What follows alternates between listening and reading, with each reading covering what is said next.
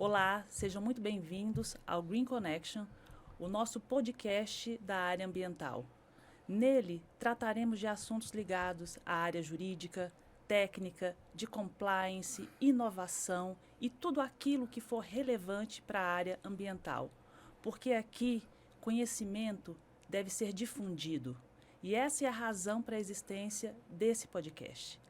Antes de conversarmos com os nossos convidados de hoje e de iniciarmos o nosso primeiro podcast, o nosso primeiro episódio, gostaria de falar um pouco de como surgiu a ideia da criação desse podcast e por que Green Connection.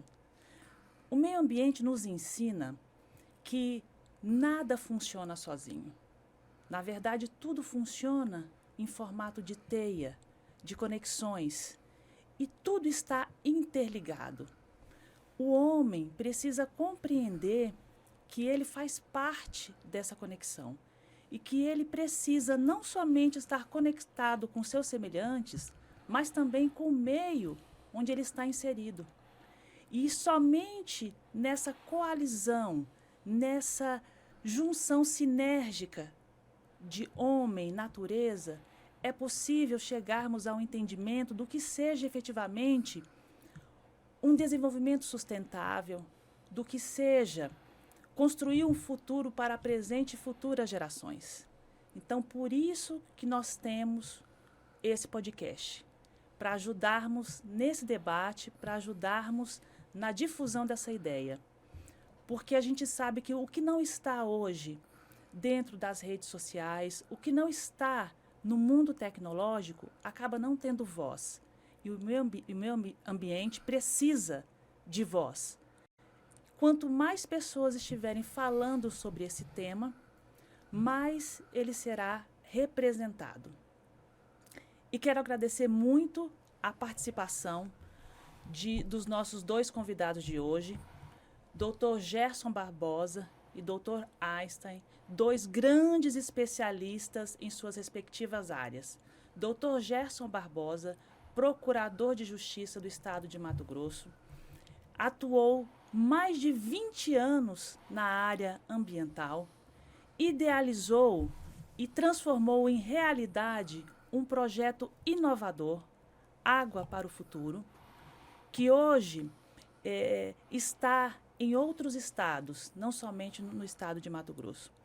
Dr. Einstein, além de doutor na área de gestão do conhecimento, é professor da Universidade Federal de Mato Grosso, já capacitou inúmeros outros doutores, auxilia diversos organismos públicos e privados, já transformou muitas ideias em algo concreto e está aqui para nos ajudar a entender como funcionaria melhor a governança das questões ambientais.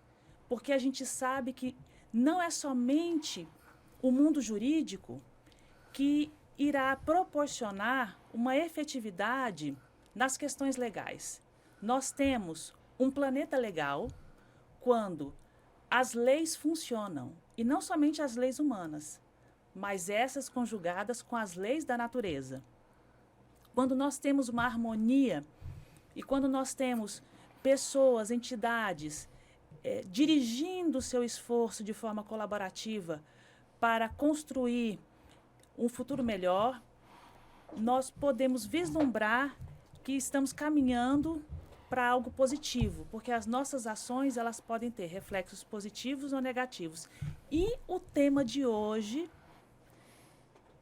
ele é particularmente sensível. Dr. Gerson Barbosa, hoje iremos tratar sobre água. Dr. Gerson Barbosa, uma boa tarde. Boa tarde, doutora Alessandra. Prazer estar aqui. Dr. Einstein, uma boa tarde. Uma boa tarde. Né? Eu espero que possa contribuir com esse conceito de gestão do conhecimento, né, diretamente na ciência e na sociedade, porque nós temos muito que colaborar no sentido de despertar os políticos e os empresários, principalmente, já que a academia tem uma certa sensibilidade sobre o assunto, para que possam entender que isso pode ser um dos caminhos que pode não só mitigar, mas acelerar a mitigação dos problemas referentes ao meio ambiente, especificamente hoje da água. Doutor Gerson, como surgiu a ideia desse projeto Água para o Futuro? Explica a importância dele, o impacto da situação envolvendo os recursos hídricos. Eu gostaria que o senhor falasse a respeito. Doutora Alessandra, eu sempre me preocupei com água, sempre tive essa preocupação. E eu notei os vários inquéritos civis que existiam na minha promotoria à época, 17ª Promotoria de Justiça, Defesa do Meio Ambiente, um prejuízo muito grande para os recursos hídricos. Quer por ação do município, né? Loteamentos irregulares, etc., degradações. E isso me assustava, porque, afinal de contas, temos 28 córregos urbanos, né? Nós temos o sistema de abastecimento superficial, por fio d'água. Você chega em Brasília, Goiânia, Campo Grande, barragens. Nós não precisamos disso, gastando uma fortuna com barragem. Nós temos um sistema... Só que esses rios estavam, né, perdendo quantidade e qualidade. Então isso me preocupava muito. E principalmente a questão das nascentes. O projeto Água Futuro não foi a única iniciativa, mas eu diria que foi a melhor, a mais aceita. Então, na verdade, para ser honesto, eu tive a ideia, mas procurei, né, alguns professores e essa ideia foi aprimorada. Fizemos o convênio, inclusive, com a Universidade Federal de Mato Grosso. Eu quero até aqui citar as pessoas que fizeram nascer o projeto: a professora Kátia Nunes, bióloga, a professora Cris Struzman, médica veterinária, e o professor Alberto Siqueira, o famoso Baca, né, geólogo. E conversamos muito, foi um mês de conversas, reunindo, tomando café na padaria, aquela coisa toda. E definimos, fiz a justificativa para o projeto e apresentei o projeto para o procurador-geral à época, Paulo Prado, que aprovou, e iniciamos, colocamos ele em andamento, né? Se transformou de uma ideia, se transformou realmente no projeto em andamento com resultados. E não foi só essa iniciativa, mas, como eu disse, foi talvez a melhor das iniciativas. O que ele buscava? Preservar as nascentes, porque sem nascentes diminuía as águas superficiais. E naquela época, Cuiabá, com tanta água, tinha problema, tinha problema de fornecimento de água, né? Então, é isso que engendrou a ideia do Água para o Futuro. A expansão urbana, né, o surgimento de novos bairros, isso impactava a forma como a malha urbana estava sendo desenvolvida? Isso impactava a questão das nascentes? Como isso impactou, né? Sim, muito. Tanto é que nós temos em Cuiabá 295 nascentes identificadas. Mais de 100 estão sendo recuperadas. Mas foram visitados mais de 5.000 pontos. E não conseguimos identificar nascentes. Ou porque houve uma atividade antrópica muito grande, muita degradação, né? Ou porque não era nascente realmente. Então, é triste, mas perdemos muitas nascentes, né? A notícia boa é que depois do projeto, o município não faz loteamento ou autoriza construções de nascentes, porque nós temos uma base de dados pública, né, que tem no site, tem no aplicativo, e também o acesso pelo município. Com relação aos loteamentos irregulares, primeira coisa que nos loteamentos irregulares eles constroem a casa e a casa fica no nível mais baixo, onde passaria o saneamento, né, as obras de saneamento, e a pessoa não vai pôr um motorzinho para ligar lá, né? Ela transforma o córrego no lixo dele, né? Então despeja diretamente. Então isso é um problema sério. Até hoje nós temos, obviamente eu não estou mais exercendo, mas é um grande problema loteamentos irregulares. E não só esses clandestinos, loteamentos clandestinos. Grandes loteamentos de empresas, muitas vezes, tinha 8 nascentes. Identificava uma, não estou falando que é a má fé, talvez a questão técnica, né? Tem uma nascente, vamos preservar essa aqui, e 8 eram aterradas. Então isso hoje eu poderia dizer que, não vou dizer que não acontece, mas é muito difícil porque nós temos todo um mapeamento de todas as nascentes de Cuiabá. Então essa questão dos loteamentos clandestinos, irregulares, isso impactou muito a questão do abastecimento superficial que nós temos aqui em Cuiabá. Além da questão do loteamento, da expansão urbana, na área rural, como isso ocorre? Na área rural é menor intensidade e geralmente é reversível, né? Aqui, vou citar um exemplo de caso concreto, não vou citar o nome. Um edifício em cima da nascente que tem uma bomba 24 horas para tirar aquela água, entendeu? Aí, se você parar para analisar, usando os valores, valoração de dano, que é valor da área, né? Danos ambientais ou perda de serviços ecossistêmicos, etc. É um dano, né? Se formos fazer a valoração, porque aí seria um dano irreversível, né? É de difícil reparação. Estamos falando de 6 milhões de reais. E se parar para analisar, é pouco perto da perda ambiental. Mas, na verdade, realmente não dá para... Hoje não sabemos o que perdemos, mas sabemos o que estamos salvando. Dr. Einstein, Dr. Gerson falou a respeito da importância, né, da universidade nessa parceria para esse projeto, né, e outros projetos que foram desenvolvidos também voltados para a questão da água. Como o senhor enxerga a participação da universidade nessas construções desses modelos, né?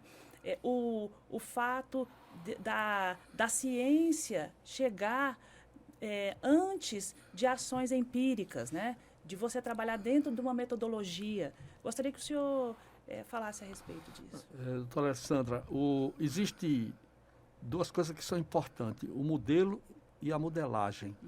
O conhecimento a priori e o conhecimento a posteriori.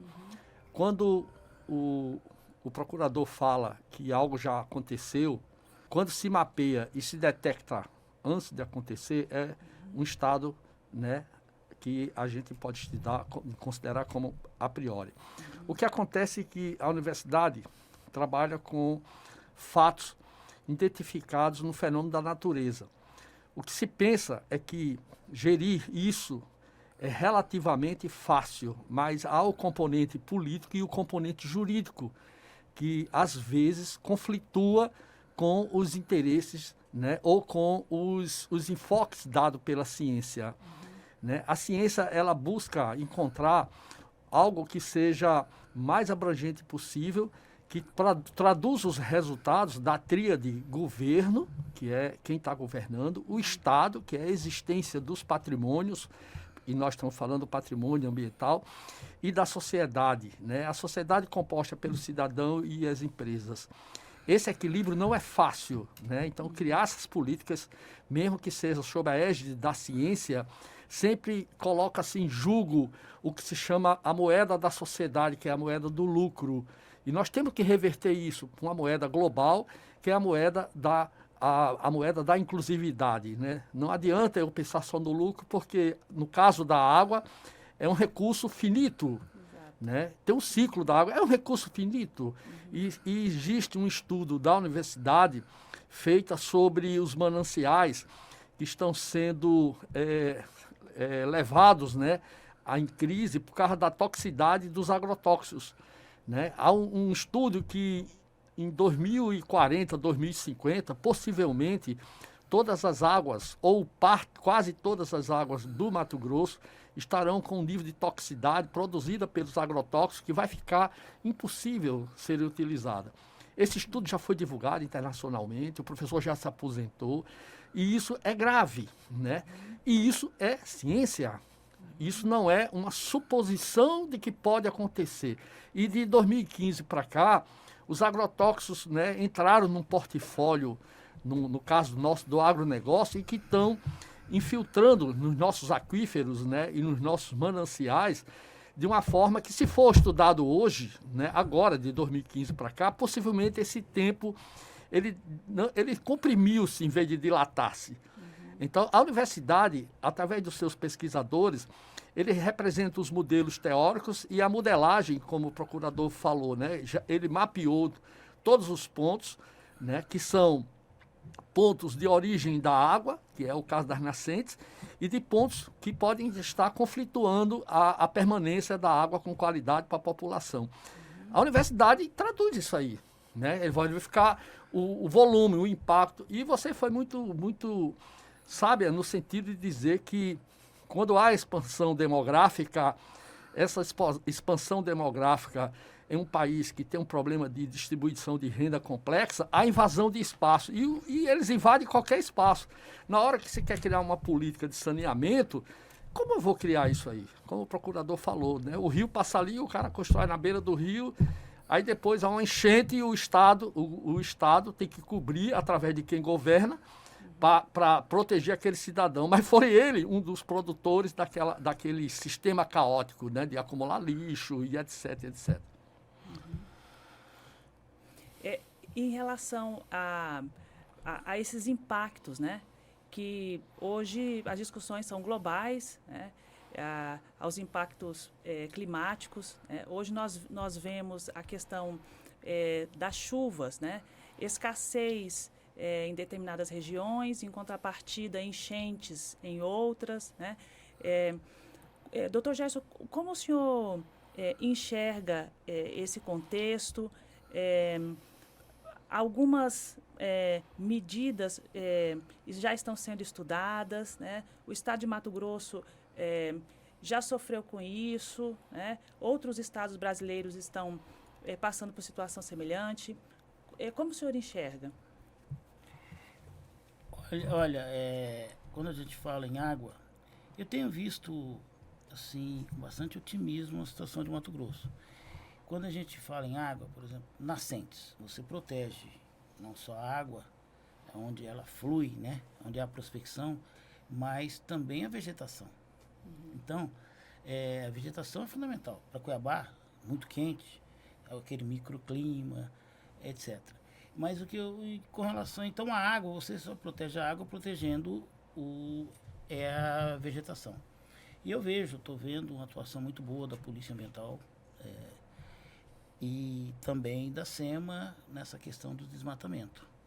E aí fica, a Europa nos cobra muito, né? Porque, claro, obviamente lá não tem nem, Portugal, por exemplo, não tem mais vegetação nativa, né?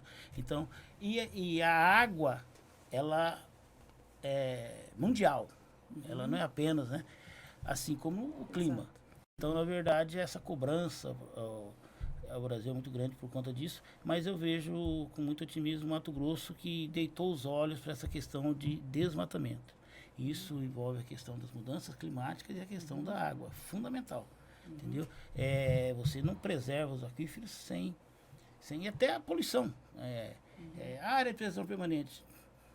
Aquela área de preservação permanente, ela também protege a água da poluição. Né? Ela faz uma purificação. Agora, apenas lembrando, né, é muito triste, lembrando as palavras do professor, muito triste com relação ao agrotóxico. Pode ter o melhor tratamento do mundo, mas parece-me que é muito difícil você tratar água com agrotóxico. Você não retira da água. Isso daí quem me falou foi o pessoal da Águas Cuiabá, que cuida aqui do saneamento de Cuiabá.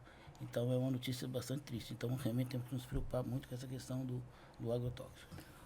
Hoje, essa questão dos impactos climáticos, da questão da água, ela se tornou um discurso global e vários países vêm lançando objetivamente os olhos sobre isso e mudando até mesmo a noção de conceito ético e jurídico dos direitos da natureza, né? Hoje nós já temos alguns países tratando, por exemplo, rios como sendo agente de direitos, né? Com personalidade jurídica, né? Isso é muito bom. Isso é algo que vem ganhando força, é um debate que nós pouco vemos aqui no Brasil e até mesmo aqui no estado de Mato Grosso, mas é algo que já vem crescendo em outros países. Aqui no Brasil, nós tivemos o primeiro exemplo disso em Rondônia, né? Em Guajará-Mirim, onde tivemos o primeiro rio formalmente considerado, através de uma lei municipal, agente de direitos, né? No intuito de protegê-lo. E em Nova Zelândia, foi o primeiro país a formalmente oficializar esse novo modelo, né? Então, nós vemos isso ganhando força. Também, como exemplo, no Brasil, depois de Rondônia, nós tivemos outros estados, né? Como ali em Florianópolis, né? A Lagoa da Conceição também ganhou status, né? de personalidade jurídica, para que possa ser feita a sua defesa. Como o senhor enxerga esse novo modelo jurídico, doutor? É um grande avanço. Agora, eu não sou muito otimista com relação a esses avanços no âmbito mundial, doutor. Para a senhora ter uma ideia, né, o despertar ecológico que criou o direito ambiental, ele começou na década de 60. E não porque o homem é bonzinho, é porque ele se viu assim, eu vivo, eu morro. Ele descobriu que os recursos naturais eram... Nossa, os recursos naturais são limitados, né? Até por conta de vários desastres que ocorreram, né, na época. E aí criaram o tal do desenvolvimento sustentável, né? Que nem a professora Carla Gomes que fala, é sustentável... leveza do desenvolvimento sustentável, porque na verdade, às vezes, a sustentabilidade é do social e do econômico e não do ambiental, né? Maioria das vezes. Então, eu sou meio pessimista com relação a isso, há uma certa hipocrisia. Agora, existem pessoas, entidades que defendem muito, mas, lamentavelmente, quem está no poder não está fazendo a sua parte na questão ambiental. Às vezes, uma preocupação com o desenvolvimento econômico, social e o ambiental. Isso é uma ótima iniciativa, né?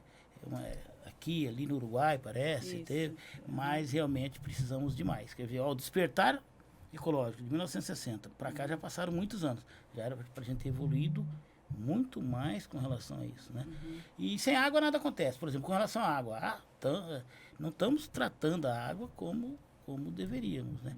Agora sabemos, né, a meia-culpa da Europa, né, porque se preocuparam demais com o desenvolvimento econômico e realmente chegaram ao clímax, né?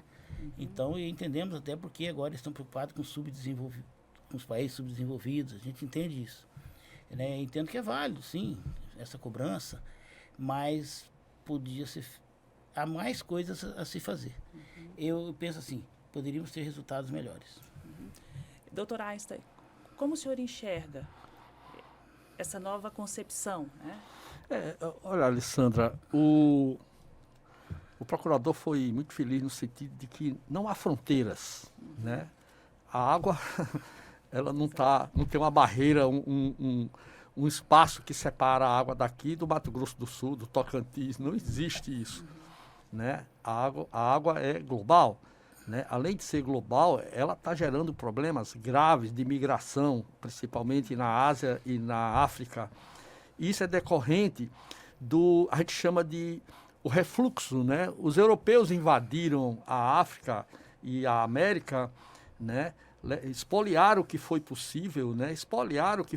Destruíram o meio ambiente deles, uma grande parte do meio ambiente deles, e hoje está tendo dois problemas. Aquilo que eles espoliaram, como ouro, madeira e outras coisas, né, que levaram para lá e deixaram esses países pobres, gerando um índice de pobreza e uma população imensa, como é o caso da Europa, tá?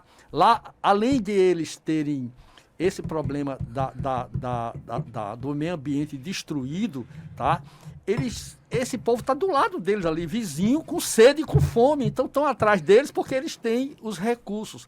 Eles gastaram os recursos do meio ambiente e agora estão sendo obrigados a pagarem por esse recurso que eles desgastaram, como é o caso das florestas, né?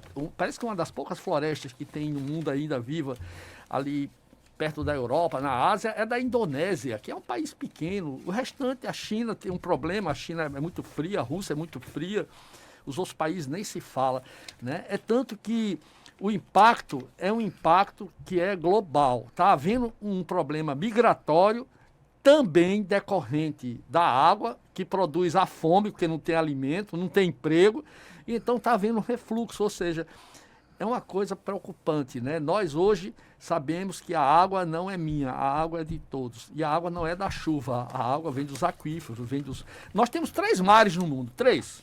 É um na Bélgica, é outro... É um na Bélgica, tem o Mediterrâneo e tem o de aqui da América do Norte, né? Ali no Caribe. São os 3 mares, grandes mares. Salgado. Salgado. O que aconteceu na Revolução Russa? Aconteceu algo interessante, né? Houve a queda do czarismo, né? O bolchevismo assumiram o poder, né? Os bolcheviques assumiram o poder. E uma das coisas que eles fizeram para aumentar a produção foi usar a água do lago de Ural, que não era um lago, era o mar de Ural, que ficava dentro da Rússia. Eles usaram tanto aquilo para produzir algodão e produzir roupas, né, mantimentos, que secaram o mar. O mar de Ural hoje é um deserto. Esse é o melhor exemplo do que pode acontecer aqui no Mato Grosso e no Brasil, principalmente na região centro-oeste e na Amazônia. Destruir os mananciais e virar um deserto. Na Bahia nós temos problemas terríveis, né? Vocês sabem como é que chama quando o terreno fica muito árido, né? E abre, tem um nome, né? Abre uns fossos de areia. Não me lembro o nome agora. Então, isso é um problema. É do mesmo jeito que a água, quando é contaminada por agrotóxico, é difícil recuperar, se a falta de água, a falta de plantas, a falta de árvores, né, a falta de chuvas, aquilo tende a virar um deserto. Tá? Então isso é um problema global. Não existe limite. As fronteiras, elas não são separadas por paredes. Né? Elas não são. Né? É difícil. Os espaços estão aí, um vizinho ou outro. Os aquíferos vão até um certo dimensão, né, dos espaços. Nós temos que cuidar, não tem jeito. É interessante falar sobre a questão dos aquíferos, né, porque quando a gente fala dos reservatórios de água, normalmente a gente costuma esquecer do cerrado. Né? Sim. E o cerrado, eu ouço isso muito do Dr. Gerson, né? É a caixa d'água do Brasil. Uhum. E o cerrado, ele não tem merecido o zelo que deve ter. Nós falamos muito da Amazônia, nós falamos muito do Pantanal, mas o cerrado ele tem uma relevância estratégica. Eu gostaria até, doutor Gerson, que o senhor, o grande defensor do cerrado, falasse um pouco desse gigante, um pouco esquecido. Sim, e eu vou falar lembrando de algo muito interessante que aconteceu. É o mérito do nosso procurador-geral, né, que teve essa preocupação. Como eu disse, tenho visto a SEMA e a Polícia Ambiental atuando, mas em 2015, quando foi criado o projeto Água para o Futuro, nós criamos também, e isso com a ajuda do Alberto Siqueira, que ele fez pós-doutorado no INPE, Alberto Siqueira, da UFMT, geólogo, nós criamos o núcleo de geoprocessamento. É um monitoramento, inclusive, mas núcleo de geoprocessamento. Ele é muito importante. Nós conseguimos, para ter uma ideia, a gente vê possíveis nascentes, você verifica através desse núcleo de geoprocessamento, você consegue constatar desmatamentos. Então ou seja, que nem a senhora citou no início, tecnologia, inovação, isso é fundamental para o meio ambiente. Por que eu estou citando esse núcleo de geoprocessamento? Eu sempre tenho falado e falei com a senhora sobre isso, que eu estou cansado, né, de chegar lá para pegar chega lá e ter madeira no chão, certo? Então vamos falar sobre o cerrado. Sobre o cerrado. Uma pessoa conforme a urgência dela, né, a necessidade, o interesse, conforme os equipamentos que ele contratar, ele pode derrubar em um dia 50 hectares de cerrado. E aí, talvez os órgãos públicos cheguem lá depois de um ano. Um dia, põe 10 dias, né? Ah tá, chegou lá, né, apreensão, etc, etc. Mas a mata já está no chão.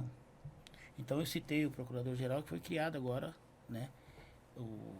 Ele criou um órgão do Ministério Público para ver se atua com mais intensidade, usando essa tecnologia, para quando você chegar.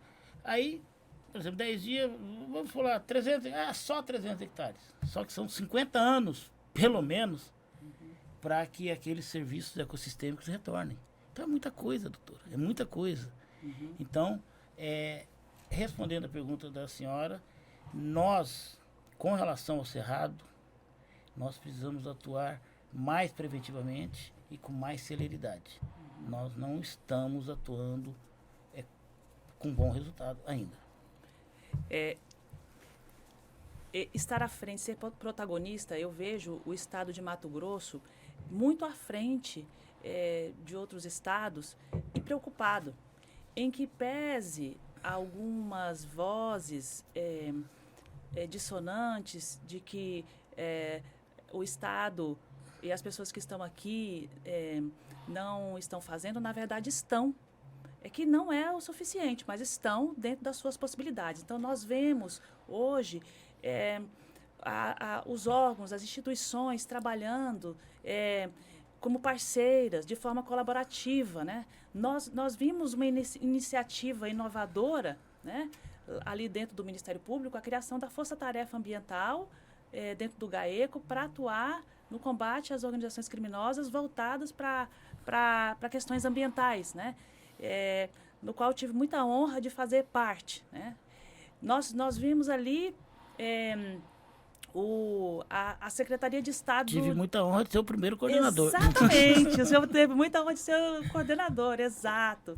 Nós tivemos ali o apoio do Poder Executivo, né, com a Polícia Judiciária Civil trabalhando, integrada nessa força-tarefa. Nós temos ali a Secretaria de Estado de Meio Ambiente como um grande parceiro, o IBAMA como um grande parceiro, o Batalhão Ambiental como um grande parceiro, a Delegacia Especializada do Meio Ambiente também, INDEA, a Politec com uma gerência especializada, né?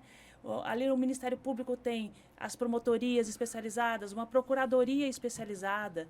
E mais, né, no Poder Judiciário, nós tivemos a primeira unidade do Poder Judiciário especializada no meio ambiente foi no Mato Grosso, né? O Juizado Volante Ambiental. A nível Brasil. Nível Brasil, com o doutor Zuquim, que hoje é desembargador. Foi o primeiro estado.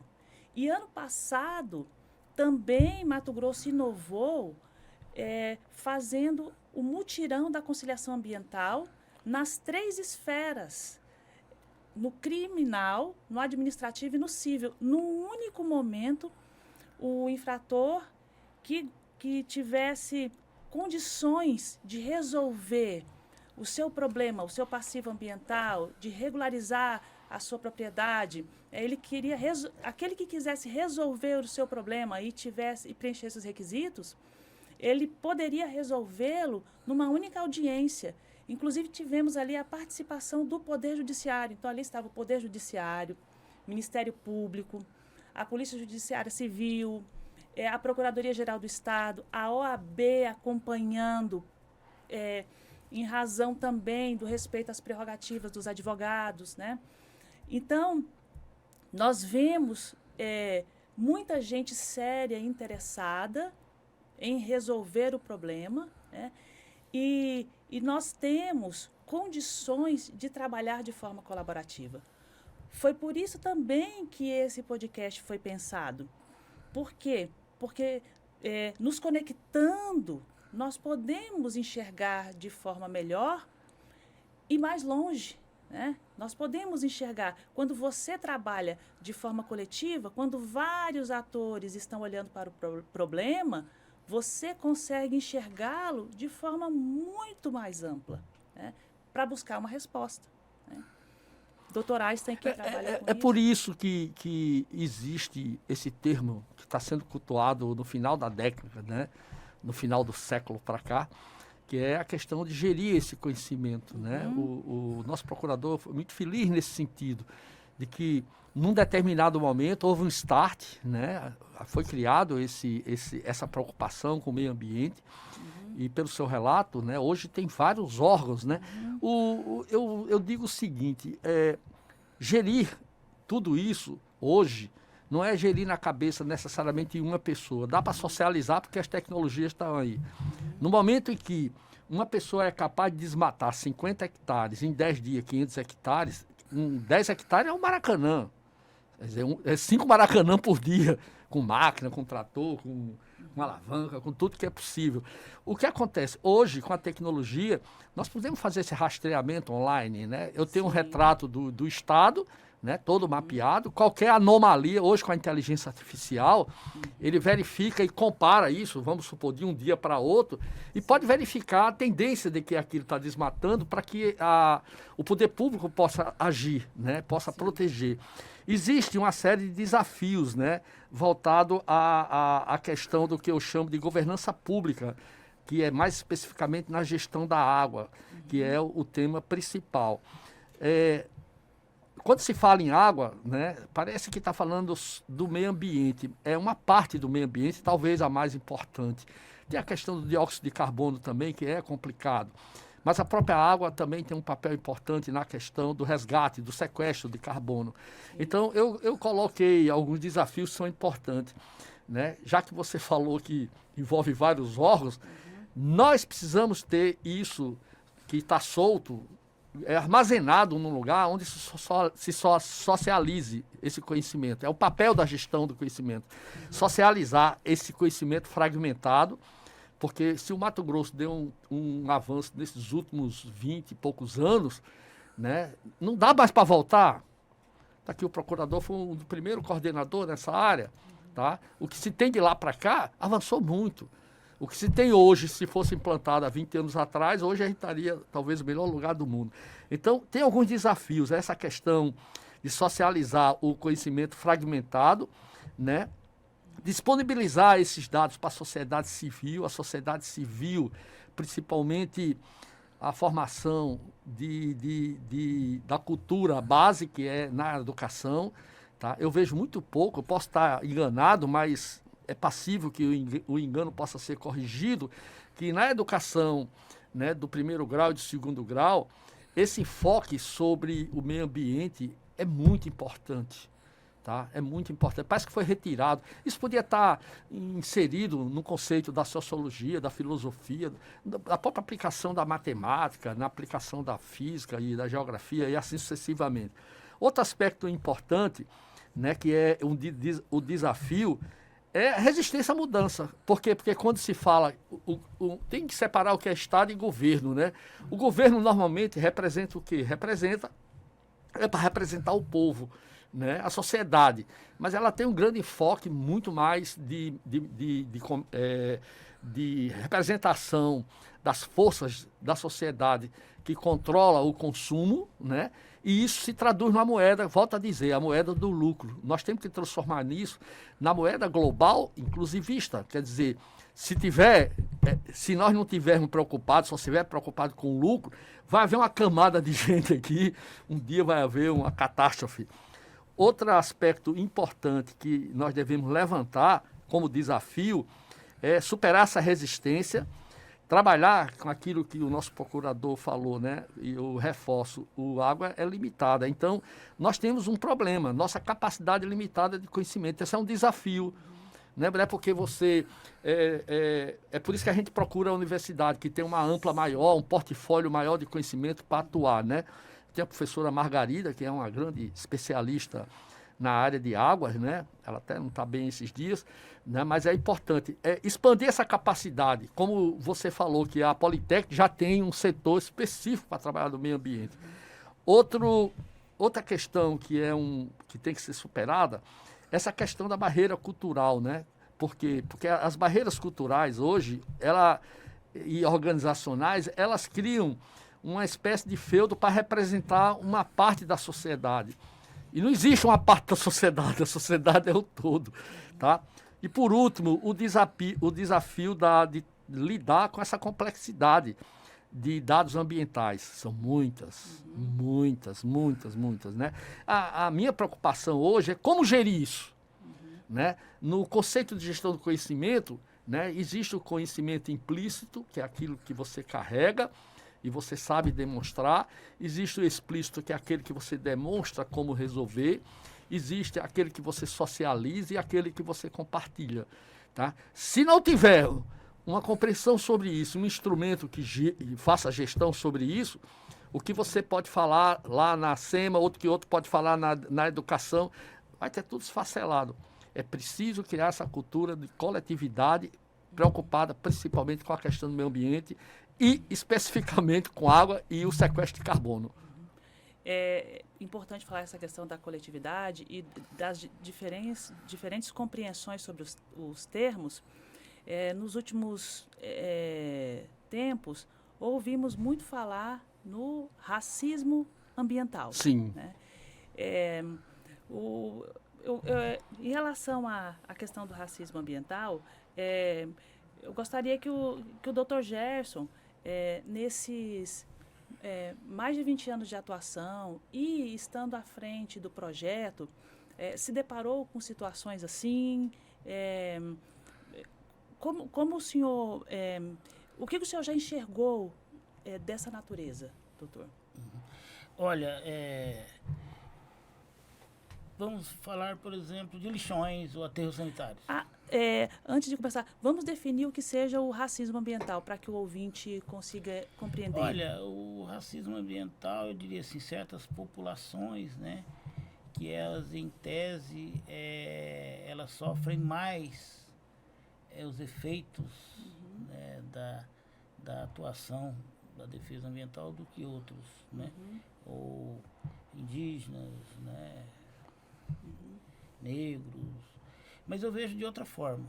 Eu vejo o racismo ambiental de outra forma. Ela pode acontecer. Vou citar essa nova lei de transporte zero. Entendeu? O ribeirinho, né, que ele alimenta a família, né? O pescador amador. Então, na verdade, essa lei, de certa forma, vem em detrimento dele, né? Aí, por exemplo, as pessoas que gostam da proteína do peixe, o peixe é extremamente saudável. Vamos usar agora piscicultura, vamos nesses peixes de piscicultura, como é que nós vamos fazer? Entendeu? Aí, aquela questão cultural, aquela arte que o pescador lá do Pantanal, o ribeirinho, a arte de pescar que ele ensina para os filhos, né? Então, essa lei, tá vendo, em tese, vem em detrimento disso, né? E fomentando, por exemplo, a pesca esportiva. Primeiro que o pesca e solte, eu acho um absurdo, porque há estudos científicos que indicam que muitos que são soltos, que o pescador pesca, tira foto, mostra, quando joga lá ele vai ser comida de piranha, né? Então, há estudos científicos nesse sentido. Estão certos, estão errados, mas na dúvida, pela natureza, né? Em dúbio pro natura, que é a adesão do Herman Benjamin. Então, essa questão a gente tem visto muito, né? E pode citar diversos exemplos, né? Entendeu? Com relação à água, né?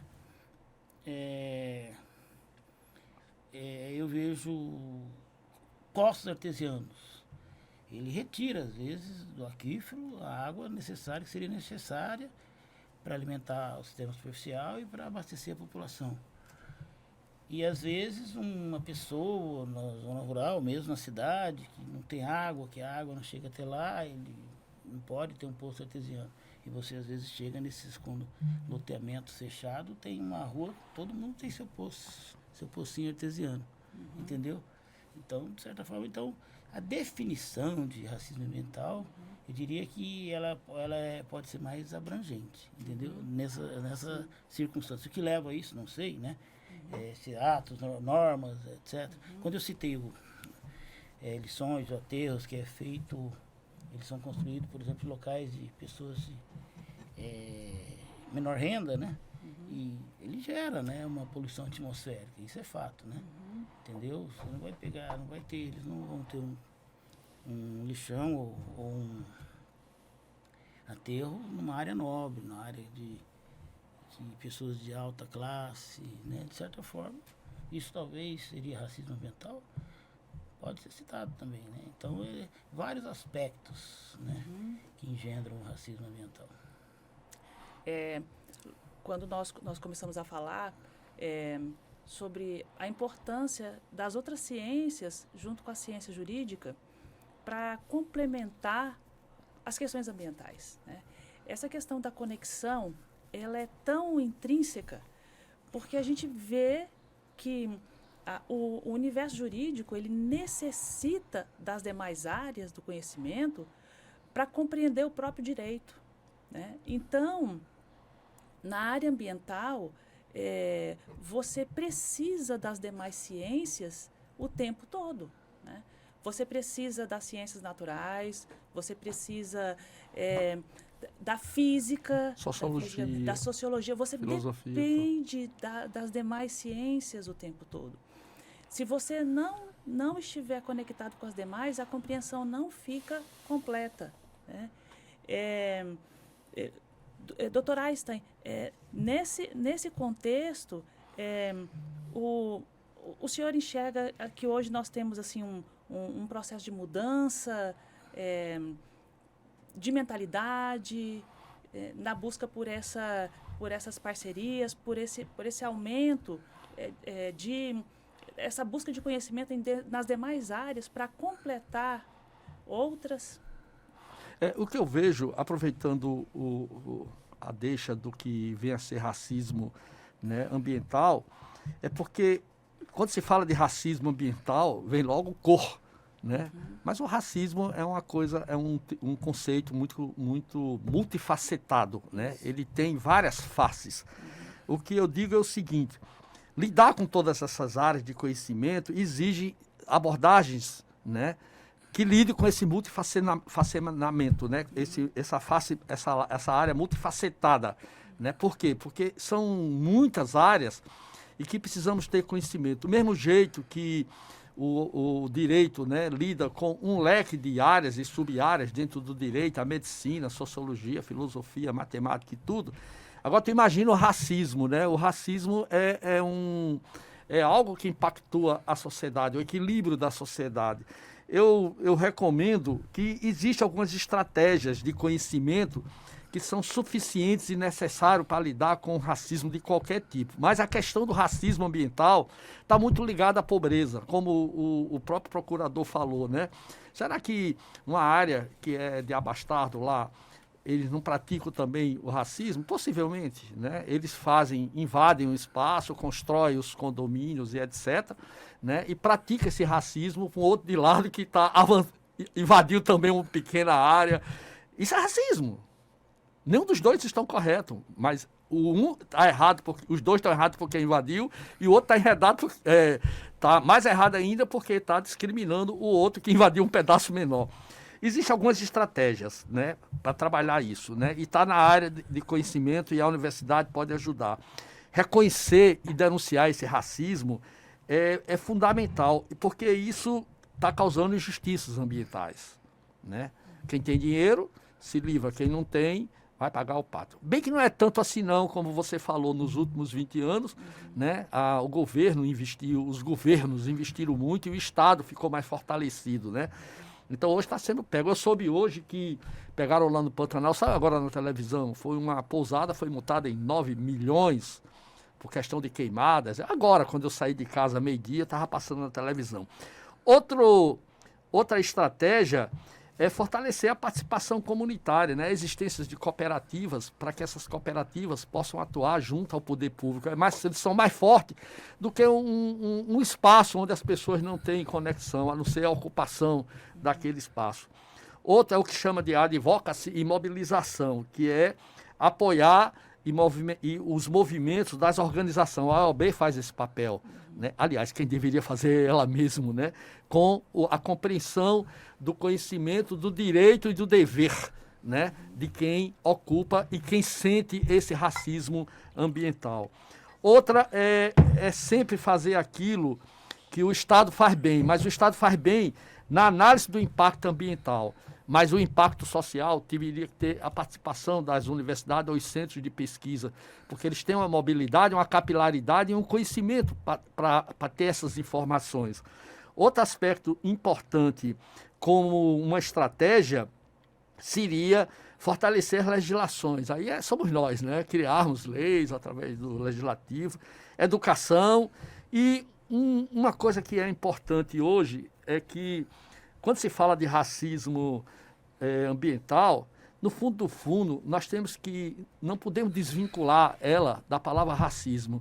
Existe uma abordagem que eu chamo de abordagem interseccional, né, que diz o seguinte: existem outras formas escondidas no racismo ambiental, que é a discriminação, a discriminação social, a discriminação sexual, a discriminação de gênero, vamos falar assim, né? Principalmente a discriminação econômica, né? Então, isso é um problema. E se nós não tivermos aporte dos órgãos que passem esse direito e deveres, né, a sociedade não vai se proteger. Um dia ela pode se rebelar, como aconteceu com o movimento de libertação da Índia, na Rússia, em alguns países que aconteceram. Na Europa aconteceu menos, devido talvez à organização dos países, né, que é importante.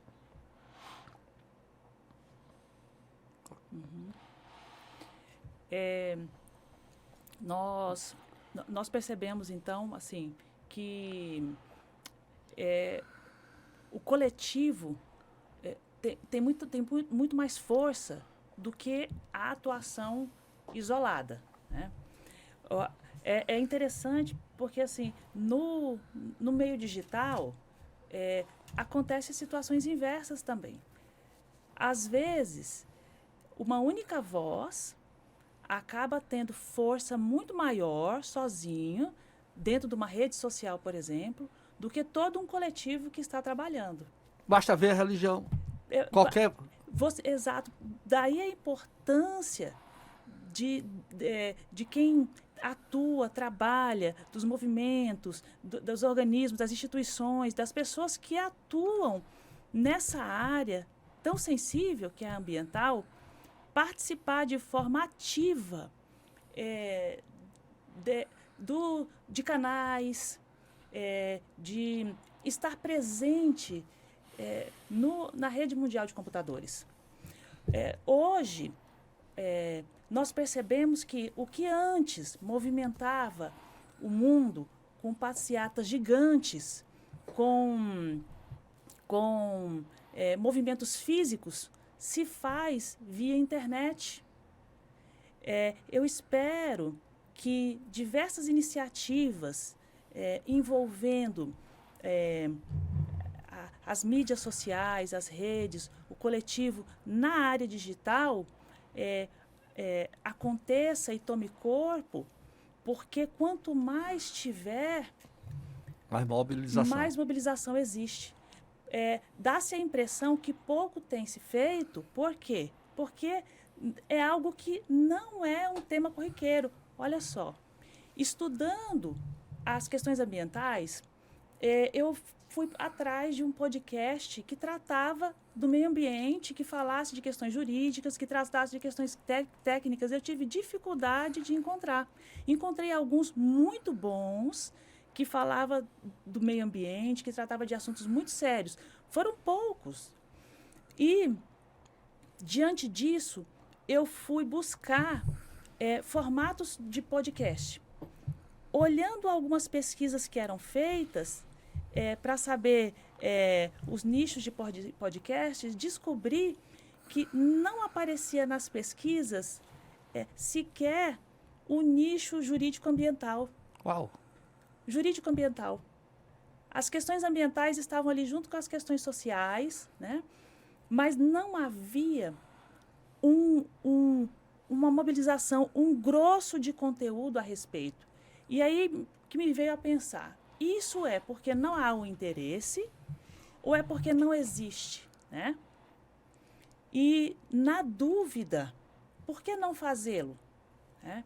Então, essa iniciativa aqui é uma tentativa também de dizer para aqueles que não tem conhecimento na área digital porque eu estou aprendendo, para aqueles que têm boas ideias, mas precisam implementá-las, que para implementá-las é preciso fazer, né? Tirar do papel, e que qual é o momento? O momento é hoje, porque se você não começa, você nunca faz, né? Então, eu vejo importante estarmos no mundo digital, né? E nós já estamos chegando ao final do nosso podcast e do nosso primeiro, né? Porque teremos outros. E gostaria, assim, que o Dr. Gerson e o Dr. Einstein fizesse uma fala a respeito, né? Dr. Gerson. Doutora Alessandra, com relação ao que a senhora falou, quero lembrar que o Água Futuro, que ele foi muito inovador, né? Uhum. E nós contratamos uma agência, a gente publicava textos muito bem escritos sobre nascentes, água, e ia para o Facebook e Instagram, né? E isso, os técnicos notaram que aumentou, assim, culturalmente, houve uma mudança cultural com relação à defesa das nascentes, como se ver uma nascente. Até Olha isso que aí foi muito importante, a gente queria atingir a comunidade. Tivemos um caso emblemático, né, que eu sempre conto, quando um rapaz com celular filmando um trator que queria aterrar uma nascente. Uau. E ele ficou na frente do trator. Olha, e depois que legal. ligou pra gente ir lá, entendeu? E ele viu pelo Instagram, Facebook, Sim. não sei, entendeu? Então é muito importante. Quero registrar também, que com relação, quando a senhora fez aquela pergunta, eu citei essa lei do transporte zero. Não sou pescador. Não sou pescador. Quando eu citei o exemplo é porque quem faz pesca e solte? Pessoas abastadas. Que sofre o racismo. Eles vão ambiental. poder fazer o pesca e solte. Não, eles vão poder fazer o pesca e solte. Agora o pescador que quer lá se divertir ou mesmo pegar, levar uma proteínazinha para a família, né? E está exercendo um direito fundamental de cultura, de trabalho, de lazer, né? Ele ficou prejudicado nessa, entendeu? Sim. Só esse esclarecimento. Quero agradecer a oportunidade de falar sobre o Água Futuro, né? E ele vem ao encontro do que a senhora disse no primeiro momento. Foi uma inovação que hoje já está em Tocantins, Acre, Paraná, né? E foi uma inovação com base na tecnologia, né? Que nós temos uma base de dados que você consegue detectar possíveis nascentes, você deixa todas as nascentes identificadas. Também temos um aplicativo que tem até a qualidade das nascentes, os níveis de degradação, né? Então, realmente a senhora foi muito feliz ao citar a questão do meio ambiente com tecnologia e inovação. E lembremos que até o núcleo de aprocessamento ele pode ser muito útil. Essa tecnologia ela pode ser muito útil para zerar o desmatamento. Eu sou otimista. Agora precisa de empenho e engenho. Não se pode esperar para empreender, que nem diria Jean-Paul Sartre. Precisa de empenho e engenho. Não podemos esperar muito tempo, não. Então, Perfeito. E juntar todos esses heróicos, né, batalhadores que a senhora citou, e com bastante empenho, engenho e rapidez. E muito obrigado pela participação. Gostei muito e fico muito feliz e honrado. A minha felicidade em estar aqui com vocês dois é sintetizar num conceito de Environment Advocacy, que é advocacia ambiental. Não é minha área é gestão, mas basicamente do conhecimento. Tenho sido um dos primeiros pesquisadores no país a estudar isso, há mais de 25 anos atrás. Então, o que se fez aqui hoje foi isso, né? O Environment Advocacy, advocacia ambiental.